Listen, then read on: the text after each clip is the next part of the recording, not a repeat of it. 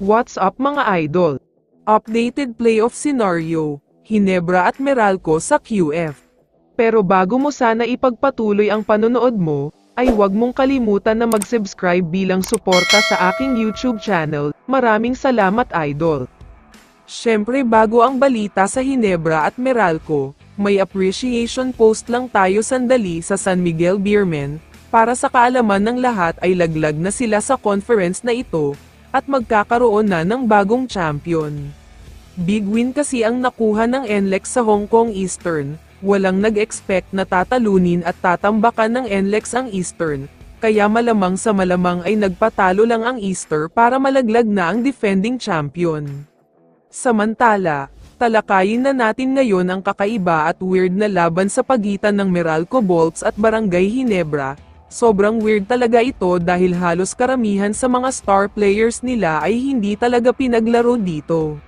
Ang Meralco Bolts ay hindi na ipinasok ang import nila na si Akil Mitchell, sa kadahilan ng may back spasms daw ito.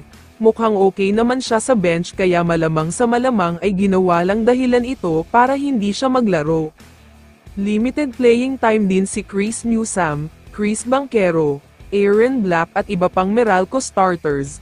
Kitang-kita na parang gusto talaga nilang matalo dito, may isang player pa nga na ngayon lang naglaro sa this conference.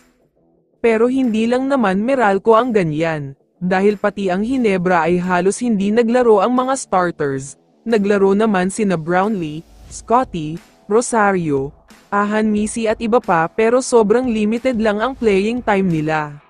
Sa dulo nga ng laban kung saan dikit ang naging laro, puro nga bench players lang ng Ginebra ang nasa loob ng court, pero kahit papaano ay naipanalo nila ang laban, kaya naman malaki ang chance na Meralco at Ginebra uli sa QF.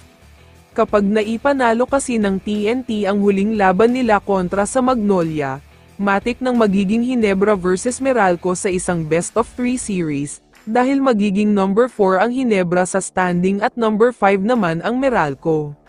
Kung napansin nyo ang laban ay parang walang gustong manalo, may mga gusto kasi silang iwasan na team, kung natalo lang sana ang Ginebra dito ay mas madali ang makakaharap nila dahil Northport lang sana ito. Pero dahil nanalo nga sila, mukhang magkakaroon na naman ng panibagong yugto at kabanata ng dalawang magkaribal na team. Last time na nagharap sila ay 3-0 sweep ang ginawa ng Ginebra, kaya tignan natin kung mauulit.